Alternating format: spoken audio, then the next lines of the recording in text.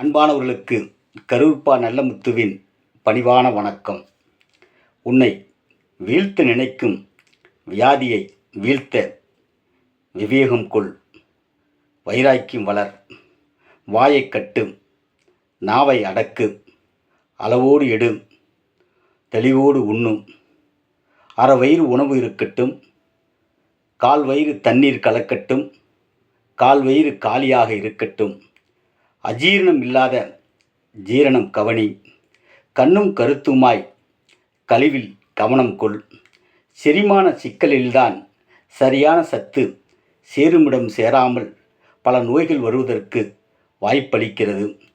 செரிமானம் செம்மையானாலே குடலில் கோளாறு வராது, வாய்வு தொல்லை வளராது, கிட்னி சட்னியாகாது, இதயத்தின் இயக்கம் தயக்கத்தை தராது, நரம்பியல் நலம் பெறும், நுரையீரல் சுகம் பெறும், கல்லீரல் கணையம் வளம் பெறும், எலும்பியல் வலுப்பெறும்.